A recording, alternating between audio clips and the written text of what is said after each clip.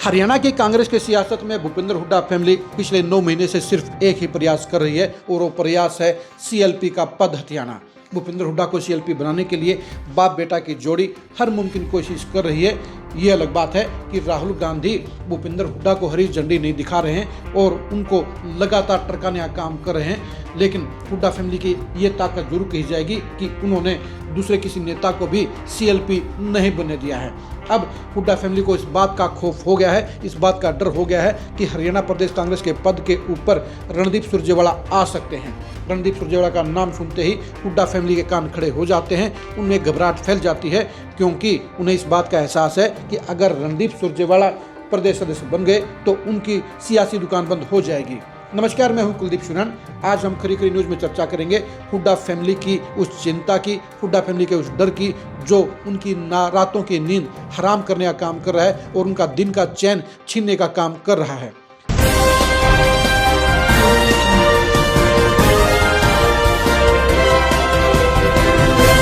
हरियाणा कांग्रेस में पिछले 9 महीने से सीएलपी का पद खाली पड़ा हुआ है।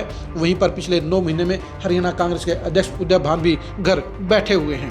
उदय भान ने चुनाव में हार की नैतिक जिम्मेदारी लेने का काम नहीं किया, इस्तीफा देने का काम नहीं किया और वो इस पद पर चिपके हुए हैं, क्योंकि जब तक भूपेंद्र हुड्डा उनको आदेश नहीं देंगे तब तक वो इस्तीफा नहीं देंगे।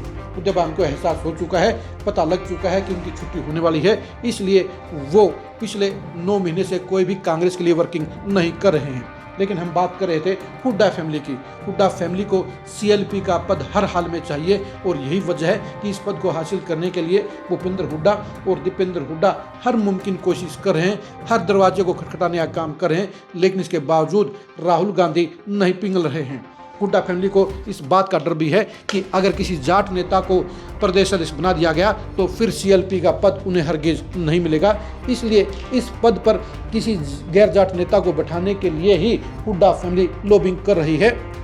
पिछले दिनों दिल्ली के गलियारों में ये चर्चा जोर से चल रही है कि रणदीप सुरजेवाला को हरियाणा कांग्रेस का प्रदेश सदस्य बनाया जा सकता है और इस चर्चा ने ही हुड्डा फैमिली को सबसे ज़्यादा परेशान करने का काम किया है। और यही वजह है कि हुड्डा फैमिली ने जब ये देख लिया कि इस बार एससी नेता की बजाय किसी बीसी नेता को प्रदेश सदस्य बनाया जा सकता है, तो भूपेंद्र हुड्डा ने अपने खासम खास राव दान सिंह का नाम आगे कर दिया है।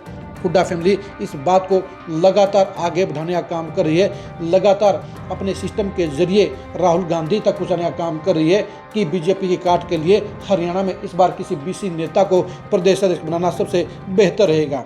20 साल में ऐसी कार्ड फेल होने के बाद अब भूपेंद्र हुड्डा अपनी सीएलपी की कुर्सी को बचाने के लिए बीसी कार्ड खेलने का प्रयास कर रहे हैं, क्योंकि उन्हें इस बात का एहसास है कि अगर रणदीप सुरजेवाला प्रदेश सदस्य बन गए तो फिर उनके बेटे दीपेंद्र हुड्डा की सियासी औकात बिल्कुल खत्म हो जाएगी और उनके भविष्य के ऊपर सवालिया निशान लग जाएगा।